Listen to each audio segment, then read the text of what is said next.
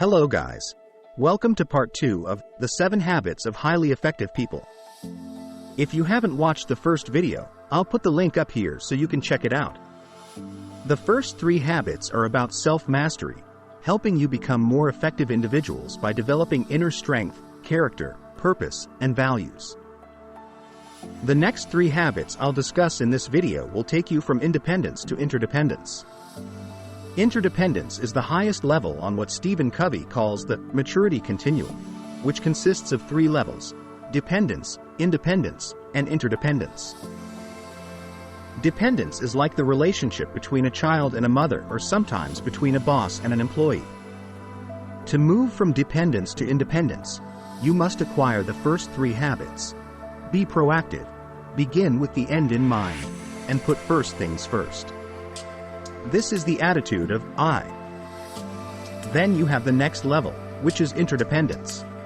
Here, you think as a team, as a family, with a mindset oriented towards teamwork. We achieve what we want together. It's the attitude of we. We can combine our different talents and abilities to create something even greater. Habits 4 to 6 will help you deal with people, teaching you how to understand their needs, sympathize, and cooperate with them.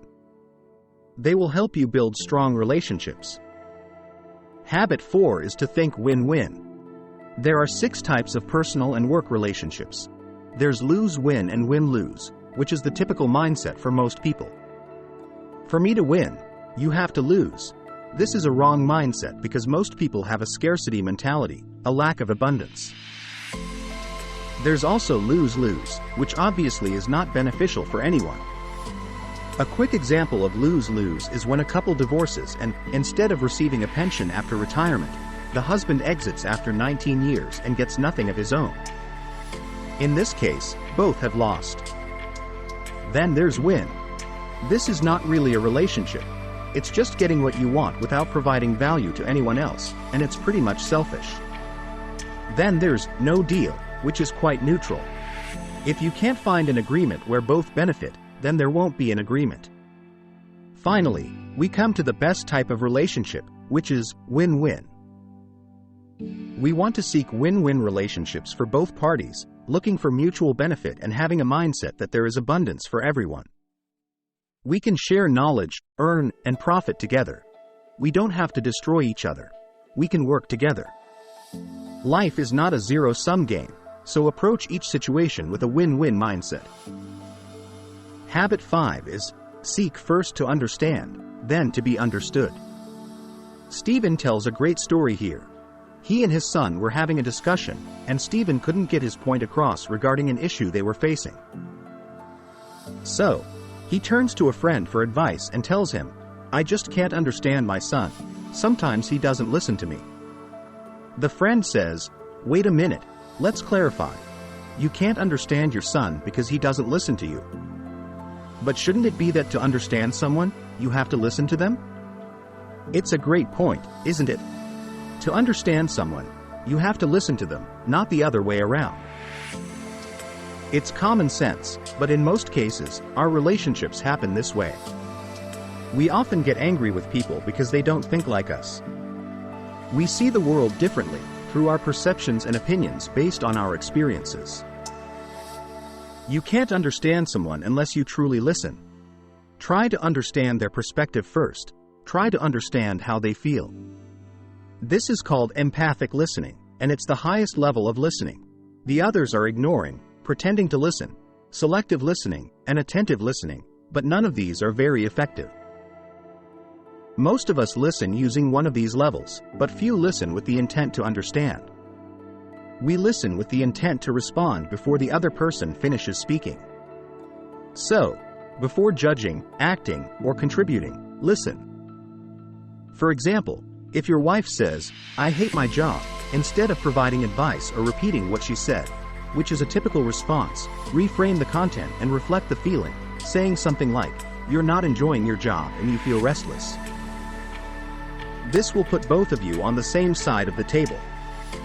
Listen with the intent to understand both intellectually and emotionally, and then you can move on to resolving the situation. The time to be understood is when the conversation becomes logical and advice is sought. If you go in this direction, maybe she'll respond with, "Should I look for another job?" This is where you can try to be understood, where you can give your advice. But if it goes back to an emotional level, listen again with empathy until the logic returns. This creates an atmosphere of understanding. Habit 6 is synergy.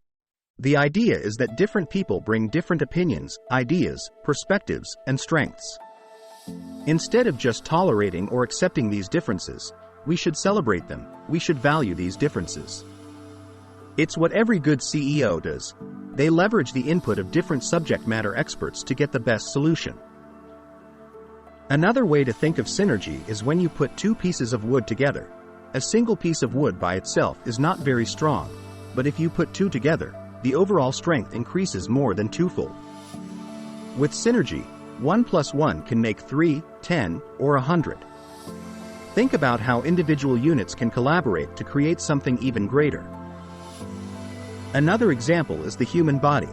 There are many individual organs that are extraordinary on their own, but together they create something amazing. So, again, habits 4 to 6 are about relationships. These 3 habits can help you develop effective and interdependent relationships. Think about how individual units can collaborate to create something even greater. Another example is the human body. There are many individual organs that are extraordinary on their own, but together they create something amazing. So, again, habits 4 to 6 are about relationships. These 3 habits can help you develop effective and interdependent relationships with others. The last habit, habit 7, is sharpening the saw. Imagine seeing a man trying to chop down a tree with a blunt saw, and you tell him, "Hey, why don't you sharpen that thing? At this rate, it will take you 6 hours."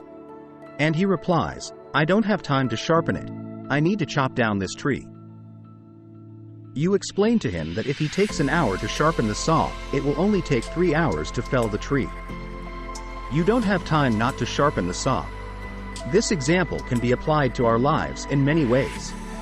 We are the tools, and we must regularly sharpen 4 areas, which fall under quadrant 2 activities: physical, spiritual, mental, and social. Find the importance of these areas. They are not urgent, but they are important. You can exercise and feel good now, or pay the price in 30 years, ending up in the hospital with various physical problems you could have avoided. Then there's the spiritual aspect. Ask yourself questions, contemplate who you are and where you're going, meditate, pray, enjoy music, art, and so on. Then, the mental aspect. Keep learning, exploring, educating yourself, immerse yourself in another culture, and teach others. Lastly, social health, relationships, living interdependently, spending time with family or friends. In all 4 of these areas, seek continuous improvement. We must continually renew ourselves. The best way to free our future potential is to invest in ourselves, aiming for continuous improvement. By doing so, we'll also renew each of the other habits. This habit keeps us fresh and able to tackle the other 6 habits. Make these 7 habits a part of your life. Don't just understand them intellectually, try to live them. Apply these habits and teach them to others, because the best way to learn is to teach someone else. This is a lifelong process that requires patience. It's not a quick fix. It won't happen overnight, and it will be a challenge. Along the way, you'll encounter obstacles and might take a step back sometimes, but it's necessary. The old habits will drag you down, but don't give up, keep pushing, and you'll reach new heights and levels of effectiveness as you progress. Be open to discovering yourself and have an open mind. I hope you enjoyed this video. If you did, hit the like button and subscribe if you haven't already, and feel free to watch other videos. Thank you guys, and have a great day.